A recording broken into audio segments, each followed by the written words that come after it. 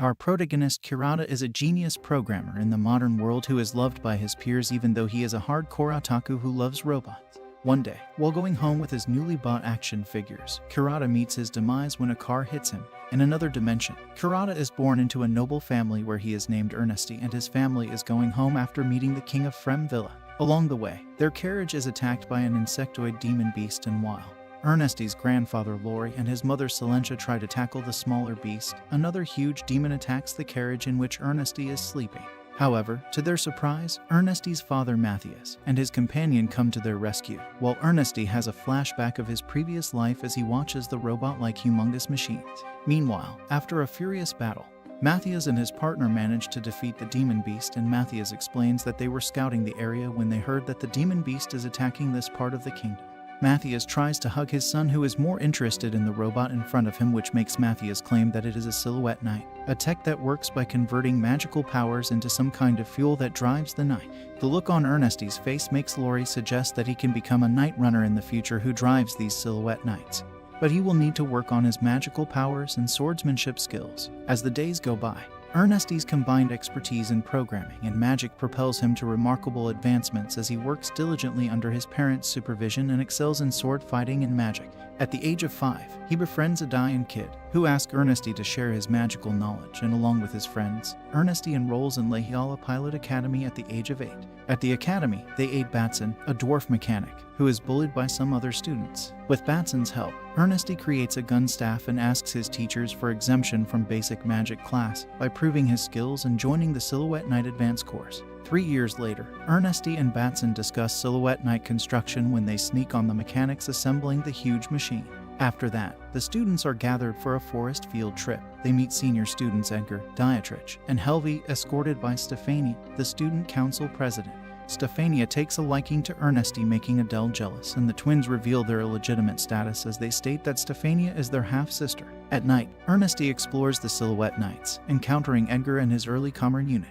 However, demonic beasts invade, forcing camp evacuation, but Ernesty and his team, along with Silhouette Knights, rescue the senior students and defend against the beasts. Meanwhile, a colossal turtle-like beast approaches a checkpoint.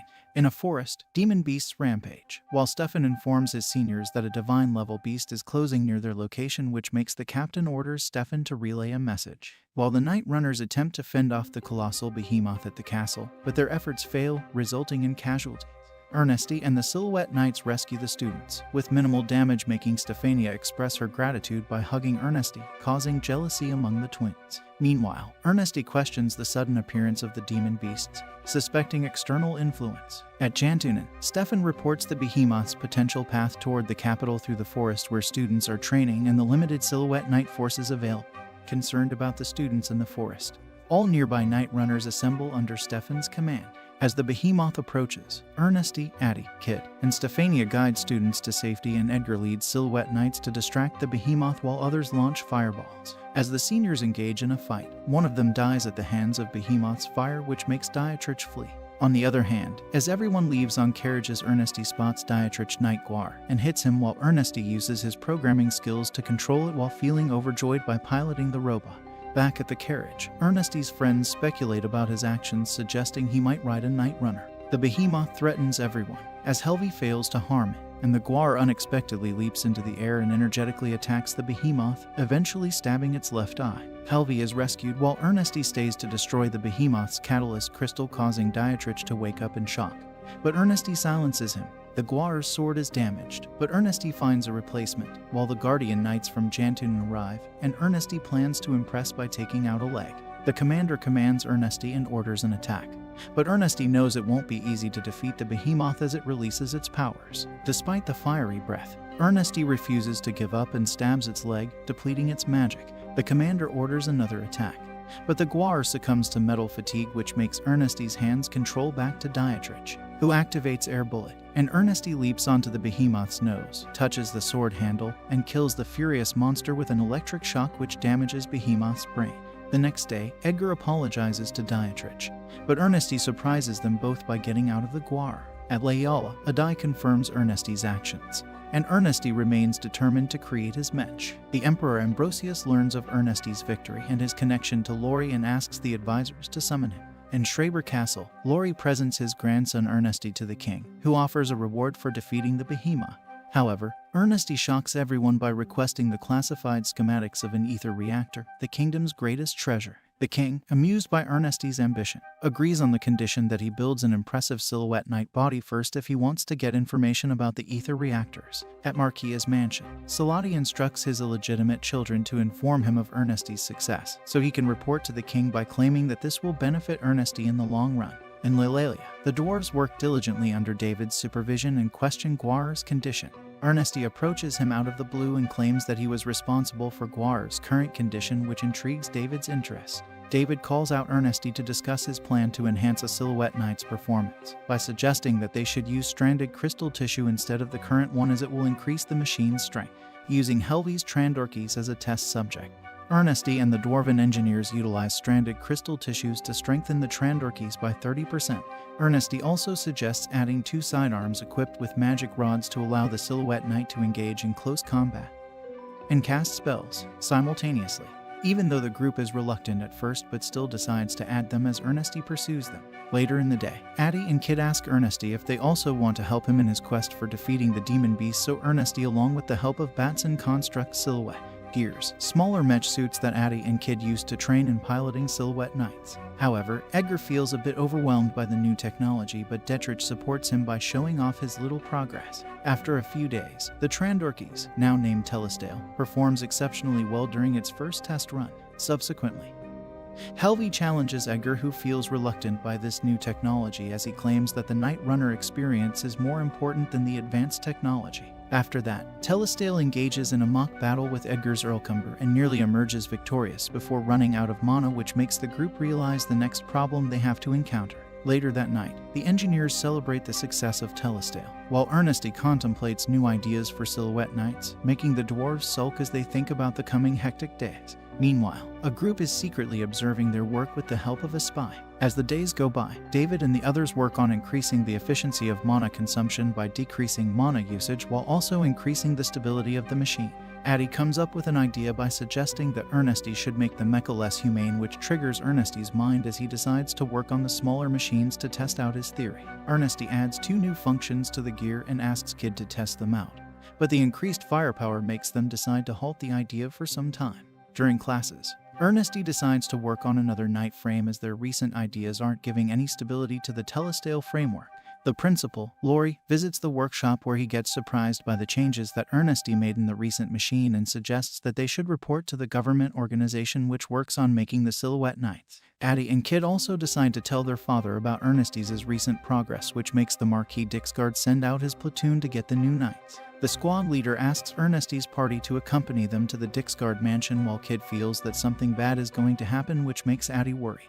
In the desert, the group encounters a dangerous shaker worm ambush, cowering over them. The massive creature threatens their lives, but with the help of Ernesty, Telesdale swiftly defeats the beast, using their magic bullets to bring it down. However, the ambush was orchestrated by the Order of the Bronze Fang, the spies monitoring Ernesty's progress so that they can capture these new machines. At Fort Cassates, Marquis Dixguard, who holds a grudge against Ernesty for his rapid advancements in night design, confronts him personally, expecting Ernesty to be concerned about his work being reported to the king. The Marquis is taken aback when Ernesty remains calm, which angers Dixguard as he mocks Ernesty by claiming that it took the kingdom 300 years to make slight changes in the design.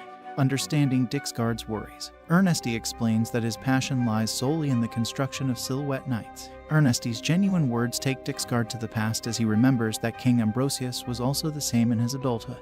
The Marquis, still astonished by Ernesty's dedication, eventually relents and agrees to their deal, recognizing the young prodigy's unwavering commitment to his craft. At the academy, Ernesty's friends decide to visit him with Detrich's new Guar, while the spies decide to attack the Cassates' fort by causing a demon beast attack in a nearby village. Detrich test runs the new Guar and feels gloomy that they have to give this new technology to Dixguard, while Addie and Kid also join the party with the new gear. Meanwhile, the knights from the Dixguard fort help the people at the village and defeat the monster, while one of them goes towards the Cassates' fort to give a recent report, but the messenger is ambushed by Lady Kurhilt and her gang. Later in the night, Kurhilt and her subordinates sneak into the fort with the silhouette knight and kill everyone in sight. Kurhilt's gang attacks the warehouse where the new Telesdales are kept, and the raiders take on every machine while they destroy the rest of them. Ernesty decides to enter the battlefield, but Dixgard stops him and asks his chief commander to take care of the situation.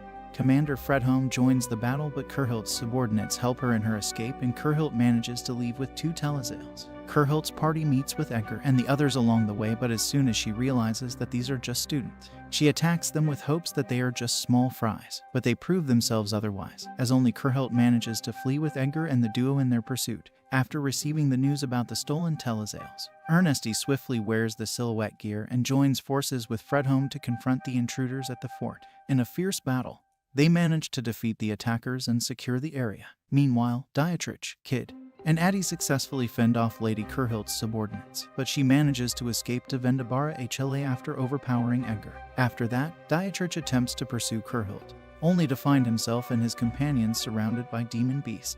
However, their dire situation takes a turn when Ernesty and Fredholm arrive just in time to lend their assistance and manage to defeat the monsters. The following morning, Dixgard is astounded to discover that the intruders had used cursed bait, a forbidden substance known for attracting and agitating demon beasts. Dixgard deduces that this act was the work of another nation seeking to disrupt its operation. Days later, Ernesty and his friends are honored by King Ambrosius for their brave actions, as the king recognizes their exceptional abilities and establishes a new order of knights known as the Order of the Silver Phoenix, with Ernesty as its leader. During his recovery, Edgar makes a promise to Helvi that he will retrieve the stolen telestale, as it was originally her silhouette knight. Ernesty dreams about his robot action figures as they all approach the academy, while Addie hugs our squishy little hero. Elsewhere, the government organization receives telestales so that they can study them and mass-produce them with better technology. Chief Gaiska feels threatened as a mere kid who managed to make something that they didn't think for 100 years, while Oliver is fascinated about the coming day as he thinks about the king's ambitions. At the king's end, Dixgard informs Ambrosius that he suspects that the countries beyond the mountain are responsible for seizing the telestale, so King builds another knight order, whose function is to infiltrate the surrounding nations and capture any loose ends at the academy. Back at home, Ernesty informs his family about his promotion, making Lori claim that Ernesty has finally taken over the school. LOL. The next day, Ernesty visits his group with a knight smith gear that he made with the help of a Magnes engine provided by the government, making David extremely. Meanwhile, Dixgard sends out 2 silhouette knight companies to provide Ernesty with his support regarding his research. After that, Ernesty informs his group that the king gave them the message that they will face the laboratory silhouette knights in 10 months, which boasts everyone's morale. As days go by, Ernesty and his company make new improvements, while their seniors, including Stephania and her classmates, graduate, making her hug Ernesty one last time before leaving, causing Addie to get jealous. After that, many new students join Ernesty's forces, in which Nora is also present and informs Ernesty that she is a spy sent by the government to take care of the secrecy at the academy. Addie visits Ernesty with the proposition that she also wants to be a knight runner, but Ernesty asks for her help first. Together with Kid and Baston, Ernesty test runs the new model, which results in a severe accident, but hopefully Ernesty survives. After the incident, Ernesty gets a handful from David, but Edgar intervenes as he asks about the new models. Ernesty claims that he wants Addie and Kid to run this machine, as it can only with 2 people who can work in unison. After countless experiments, Ernesty and his party complete their models just before the competition. At the arena, Chief Gaiska introduces his new telestale model with increased efficiency, great durability, and less mana consumption, with increased output, making everyone comment on Gaiska's efforts. After that, Ernesty's party is introduced, and they manage to take everyone's attention with the help of his centaurs, like the Knight Runner model and a carriage containing other newer models. After the introduction of all the knights present, the king orders for the match to begin, and Ernesty's party starts with a disadvantage of numbers, as they are 4 while the opposing party has 6 knight runners. Ernesty devises a plan, and as soon as the match starts, Ernesty showcases his new model that can fly at an accelerated rate. The opposing party gets on a rocky start as Ernesty and the others manage to catch them off guard. However, as the match progresses, the government Knight Runner takes the lead by damaging Addie and Kid's centaurs, while they also inflict damage on Edgar's Erlander. All of this is seen by Prince Imrise, who commends both parties for their resilience in the battle. However, as it seems like the government side is winning, Ernesty comes to his party's rescue, and the mock battle ends in a draw. The results of the match make Gaiska excited as he asks Ernesty all sorts of questions, while Ambrosius informs Oliver that he might take Ernesty to the village. After that, Gezga works on mass-producing a new model while Ernesty and his friends, along with the rest of the Order, relocate to Fort Oropsius after graduation to dedicate themselves to the ongoing development of Silhouette Knights. Meanwhile, King Ambrosius decides to retire, passing the kingdom's leadership to his son, Leodemus. Approaching Ernesty, King Ambrosius presents a special request as he asks Ernesty to create new and exclusive Silhouette Knights for both himself and his grandson, Prince Imrise. Taking on the challenge, the Order sets to work and produces two remarkable units, each possessing extraordinary capability. One is painted silver and named Gilbariga, while the other, adorned in gold, is named Goldleo. When the time comes for both the king and his grandson to choose their desired Silhouette Knight, they find themselves drawn to Goldleo. To settle the matter, a duel is arranged between Ambrosius and Imrise, with the victor gaining the right to pilot Goldleo. After a hard battle, Imrise emerges triumphant, displaying his skill and earning the opportunity to pilot the coveted Silhouette Knight. Ernesty realizes during this eventful duel that King Ambrosius had orchestrated this competition as a means of testing his grandson's abilities. With admiration and respect for the king's wisdom, Ernesty continues his commitment to pushing the boundaries of Silhouette Knight's development. Kingdom of Feminvilla receives news that a large horde of shell-cased beasts are making their way towards Ulfheim, while many experienced soldiers are trying their best to put a stop to their madness. In the face of a looming threat, the former King Ambrosius calls upon the Order of the Silver Phoenix to defend Ulfheim, the city renowned for developing ether reactors and home to the elves, making Ernesty angry as he decides to join the war. As the battle progresses, the Kingdom Knights face a dead end, but Ernesty and his party manage to get there on time. Alongside them, Ambrosius and Imrise also join the battle. Empowered by the new and formidable Silhouette Knight units, Ernesty and his comrades effortlessly repel the attackers. Ernesty decides to find the queen, and along with the twins he manages to deliver the decisive blow to the shell-cased queen. Following the intense confrontation, Ambrosius finally accedes to Ernesty's persistent request to learn the closely guarded secret of ether reactor creation. Before entering the sacred place, Oliver informs Ernesty that he is also an elf who acts as an ambassador between the two populations.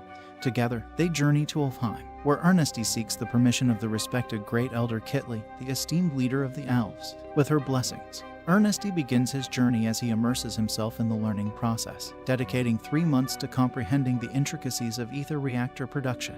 One of the engineers, Alv, guide Ernesty about the coding and maneuvering of the demon crystal as the ether reactor uses them for energy storage and consumption.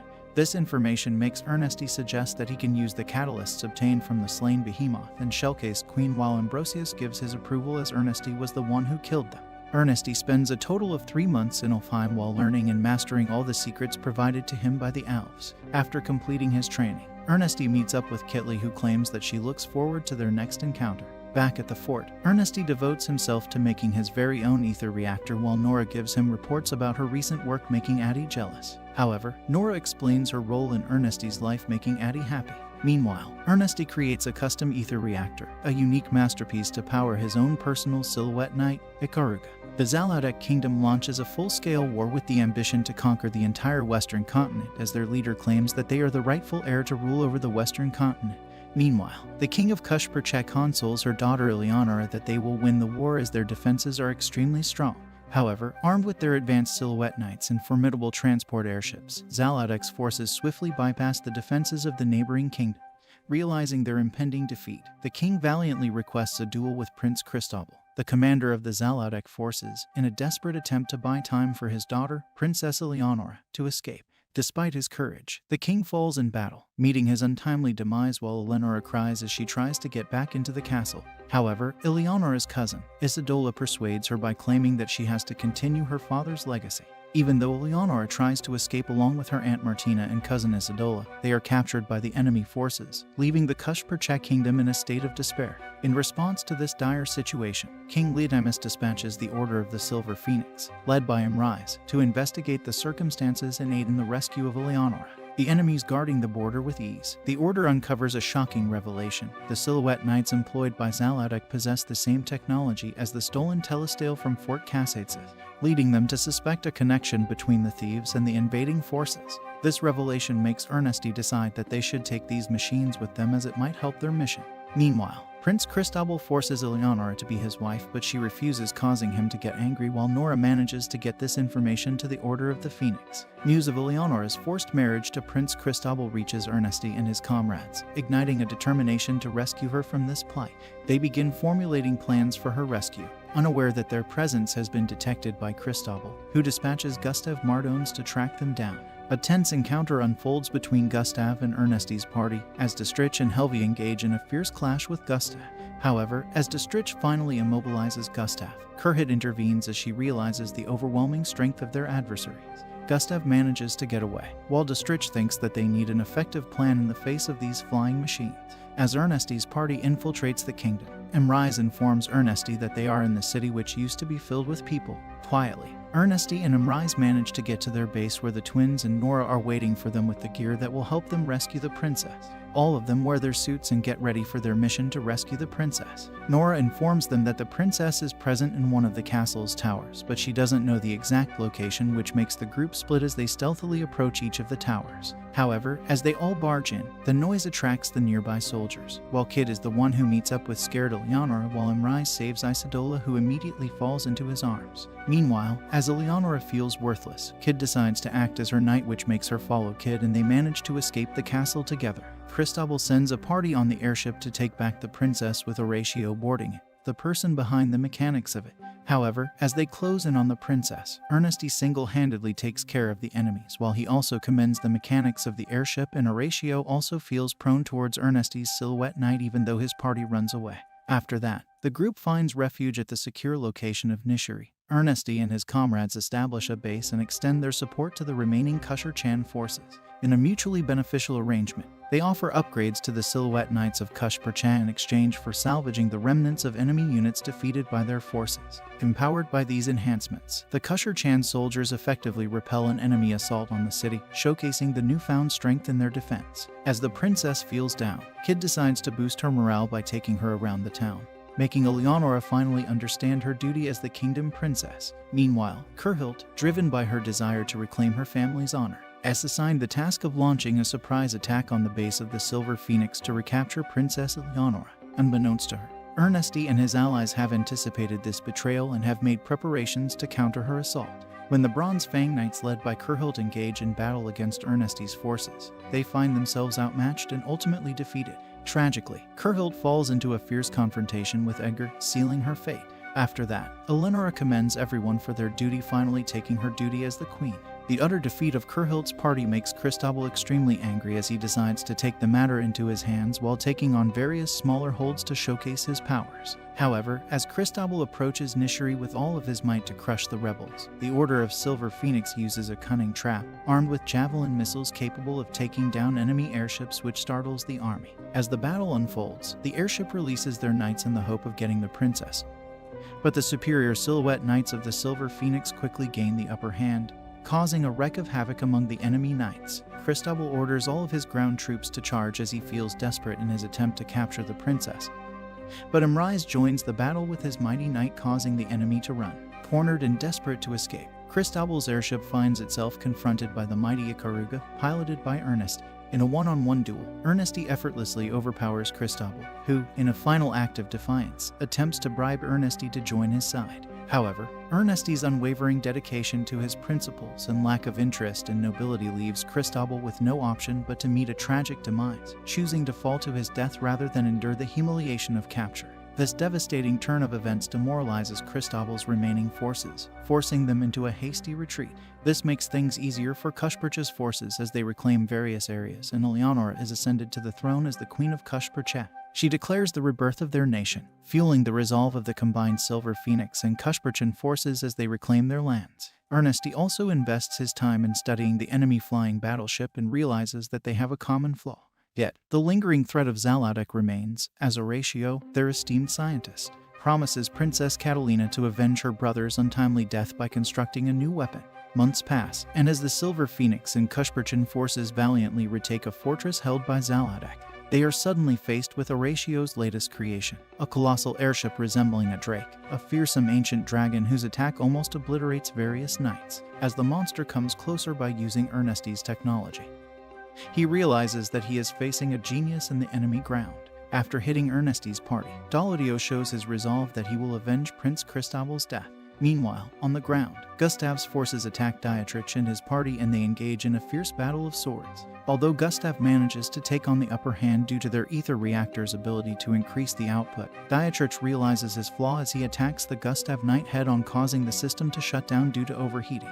Gustav flees from his machine while Dietrich also reaches his limit as he watches Ernesty engage in a ferocious battle with Drake. Ernesty charges head-on and observes Drake's firepower, which comes from attached night gear, causing him to sulk. Ernesty appreciates the aesthetics. However, as the battle progresses, Drake realizes a form of gas that causes Ikaruga to fall and Dorodio launches another deadly attack, but Ernesty manages to survive. Dorodio receives a message from Gustavus to retreat and they leave the battlefield due to extreme mana depletion.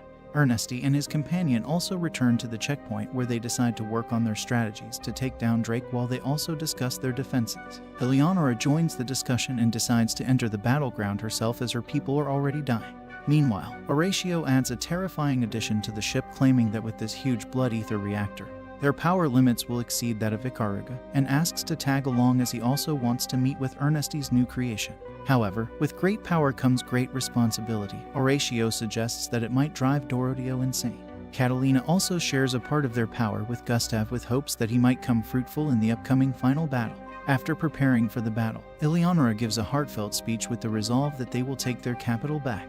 On the battlefield, Ernesty's forces are divided into various parts, as Dietrich and Nora act as an anchor to support their comrade by infiltrating the enemy's castle. Meanwhile, Horatio commends Ernesty for plagiarizing his airship model while the fight begins. Ernesty, with the help of his new ship, lures Drake away from the main battlefield, where Ernesty's party executes a well-coordinated attack using javelin missiles armed with oil. The missiles ignite upon impact, engulfing the enemy ship in a raging inferno. As the ship ablaze, Horatio manages to sway Dorodio into activating the Drake blood reactor, generating a colossal energy shield that surrounds the ship, protecting it from further harm. Meanwhile, on land, a daring infiltration team seizes control of the drawbridge, opening the gates for the Kusher-chan forces to launch a full-scale invasion. In a fierce confrontation, Gustav attacks Edgar but faces utter defeat against Edgar with the assistance of Imrise, turning the tide of the battle in their favor. Back in the skies, Ernesty skillfully breaks through Drake's energy shield, launching a direct assault against the enemy ship. With unmatched skill and determination, he manages to overcome the formidable defenses of Drake, ultimately emerging victorious. In a final act of desperation, Dorodio attempts to ram Drake into the Kusher-chan base camp, targeting Princess Eleonora. However, Ernesty and Kid intervene, thwarting his destructive plan and ensuring the safety of their comrades while Drake is brought down once and for all, its threat extinguished.